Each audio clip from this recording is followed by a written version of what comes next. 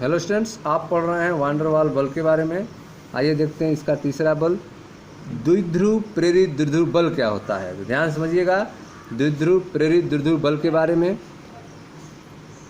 इस प्रकार के आकर्षण बल अस्थायी द्विध्रुव रखने वाले ध्रुवीय अणुओं तथा अस्थायी द्विध्रुव नहीं रखने वाले अणुओं के मध्य कार्यरत होते हैं।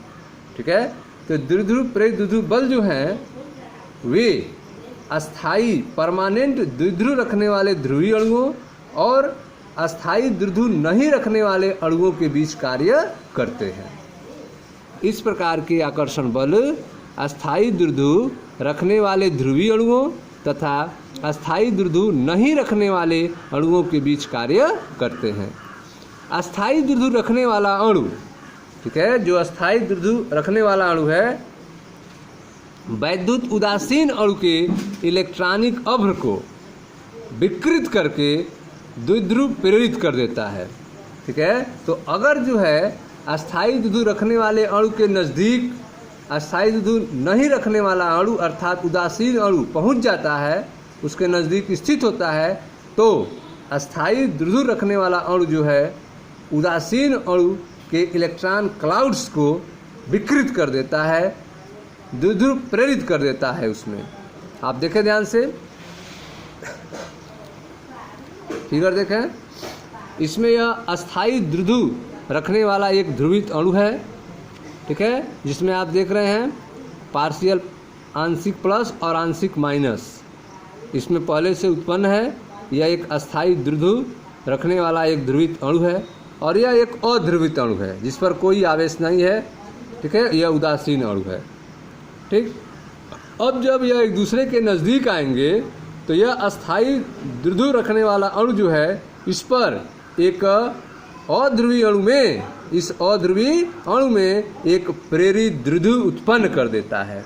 ठीक है, यह जो अस्थायी द्विध्रुव रखने वाला अणु है इस अध्रुवीय अणु में एक प्रेरित द्विध्रुव उत्पन्न कर देता है। इसी को द्विध्रुव प्रेरित द्विध्रुव बल कहा जाता है।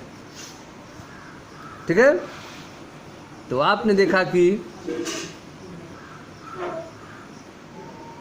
द्विध्रुव प्रेरित द्विध्रुव बल क्या होते हैं। तो यह जो है आकर्षण बल है, यह अस्थायी द्विध्रुव रखने वाले ध्रुवीय अणुओं तथा अस्थायी द्विध्रुव नहीं रखने वाले अणुओं के बीच कार्यरत हैं।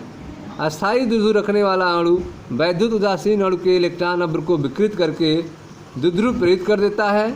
इस प्रकार अन्य अणु में प्रेरित द्विध्रुव उत्पन्न हो जाता है। ठीक है, इस प्रकार अन्य अणु में प्रेरित द्विध्रुव उत्पन्न हो जाता है। इस स्थिति में भी आकर्षण 1/r⁶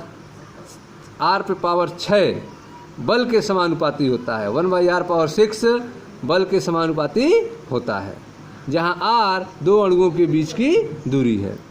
ठीक है, तो इस प्रकार जो अन्य अणुओं में प्रेरित द्विध्रुव उत्पन्न हो रहा है, इस स्थिति में भी जो आकर्षण होगा वह 1/r⁶ बल के समानुपाती होगा, जहां r दो अणुओं के बीच की दूरी है। प्रेरित द्विध्रुव आघूर्ण अस्थायी द्विध्रुव के द्विध्रुव आघूर्ण तथा विद्युत उदासीन अणु में ध्रुवता पर निर्भर करता है। ठीक है, प्रेरित द्विध्रुव आघूर्ण कितना होगा तो यह निर्भर करता है अस्थायी द्विध्रुव के द्विध्रुव आघूर्ण तथा विद्युत उदासीन अणु में ध्रुवता पर निर्भर करता है। एकक 4 में हम यह पढ़ चुके हैं कि बड़े आकार के अणुओं को आसानी से ध्रुवित किया जा सकता है। उच्च ध्रुवणीयता आकर्षण बलों के सामर्थ्य को वृद्धि करती है। ठीक है, उच्च ध्रुवणीयता जो है वह आकर्षण बलों के सामर्थ्य में वृद्धि करती है। इस स्थिति में भी प्रकीर्णन बलों तथा द्विध्रुव प्रेरित द्विध्रुव अन्योन्य क्रिया के संयुक्त प्रभाव का अस्तित्व होता है। तो उच्च ध्रुवणीयता जो है वह आकर्षण बलों के सामर्थ्य में वृद्धि करती है और इस स्थिति में भी प्रकीर्णन बलों तथा द्विध्रुव प्रेरित द्विध्रुव अन्योन्य क्रिया के संयुक्त प्रभाव का अस्तित्व होता है। ठीक है स्टूडेंट्स, तो यह था आपका द्विध्रुव प्रेरित द्विध्रुव बल के बारे में। Thank you.